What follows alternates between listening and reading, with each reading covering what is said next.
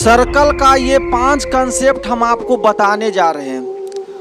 वो पांचों कंसेप्ट आपको पता होना चाहिए, चाहे आप 10 का बोर्ड दे, चाहे आप कंपटीशन का तैयारी कर रहे हो। तो ध्यान दीजिएगा, पहला कंसेप्ट नंबर 1 क्वेश्चन।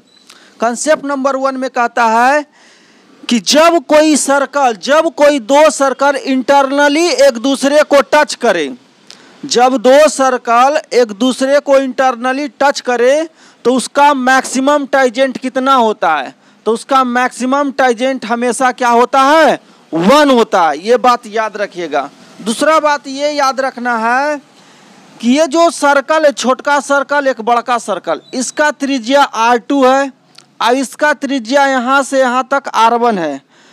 तो दोनों सेंटर के बीच का दूरी क्या होगा? दोनों सेंटर का बीच का दूरी क्या होगा?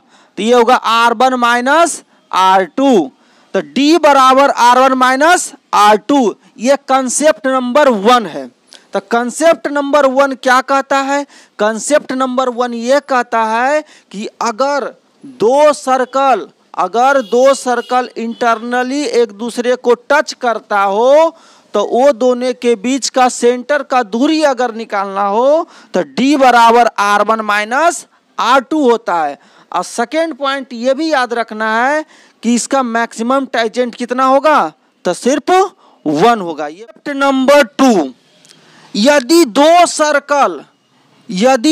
सर्कल एक दूसरे को एक्सटर्नली टच करता हो, यदि दो सर्कल एक दूसरे को एक्सटर्नली टच करता है यानी बाहर स्पर्श करता हो, तो उस कंडीशन में जो टोटल टाइजेंट होता है, मैक्सिमम कॉमन टाइजेंट 3 होता है।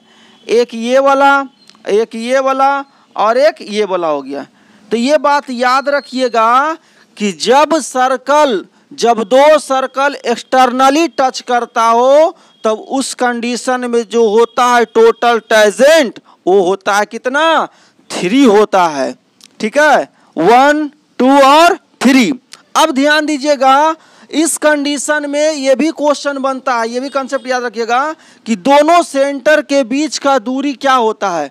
तो दोनों सेंटर का बीच का जो दूरी होगा R1 प्लस R2 के बराबर होता। नंबर 3, यदि दो सर्कल ना तो एक्सटर्नली टच करता हो और ना तो इंटरनली टच करता हो, तब उस कंडीशन में मैक्सिमम कॉमन टेंजेंट कितना होता है?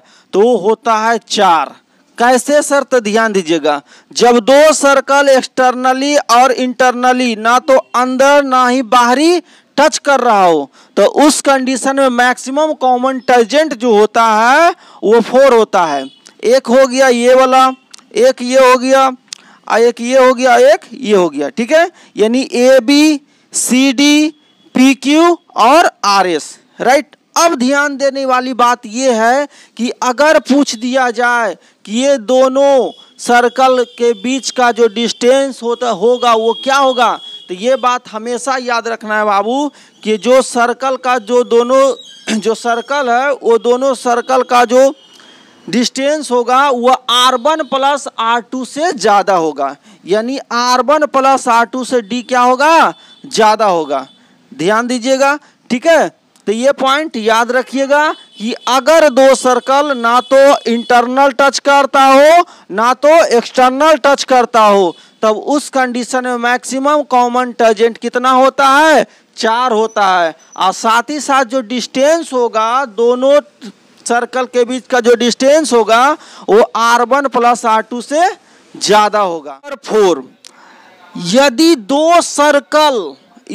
दो सर्कल एक सफिशिएंट दूरी पर हो तो उस कंडीशन में आप बताइए, जो कंसेप्ट है उस कंडीशन में जो होगा डायरेक्ट कॉमन टेंजेंट क्या होगा? यदि दो सर्कल एक सफिशिएंट दूरी पर हो तो उस कंडीशन में डायरेक्ट कॉमन टेंजेंट क्या होता है?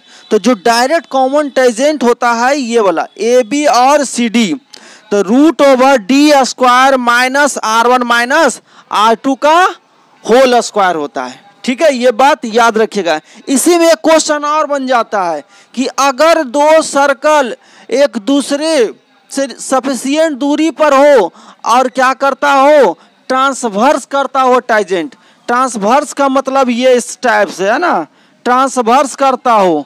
तो अगर इसका पूछ दिया जाए, ये जो जा रहा है ये ट्रांसवर्स करते हुए, इसका पूछ दिया जाएगा कि इस टाइजेंट का बताइए डिस्टेंस कितना होगा, तो इसका हो जाता है D square minus R1 plus R2 का होल स्क्वायर।